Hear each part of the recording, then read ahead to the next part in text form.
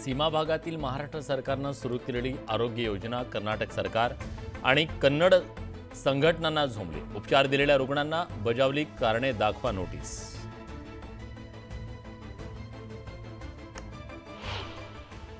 बीड जिल्ह्यातून जाणाऱ्या खामगाव पंढरपूर पालखी महामार्गाची दुरवस्था, रस्त्यावरच्या मोठमोठ्या भेगांमुळे अनेकांचा जीव धोक्यात।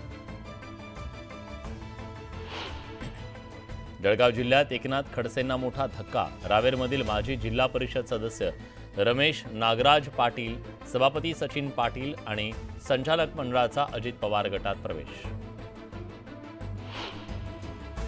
छत्रपती संभाजीनगर शहरातील जलवाहिनीसाठी महापालिकेला 824 कोटी रुपये द्यायला राज्य सरकारचा नकार।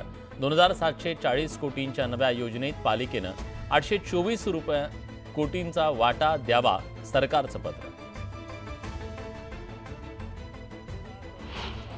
नरेंद्र मोदी पुन्हा पंतप्रधान झाले नाही तर फाशी घ्यायला तयार रहा, आम्ही दोर देतो। ठाकरे गटाच्या विनायक भिसेंची बांगर यांच्यावर टीका।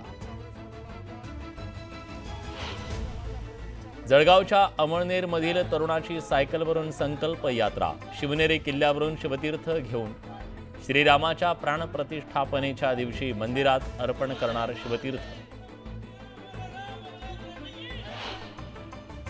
बुलढाण्याच्या वाल सावंगी फाट्यावर उभ्या असलेल्या एसटीवर धडकली बाईक, अपघातात बाईक स्वाराचा जागीच मृत्यू।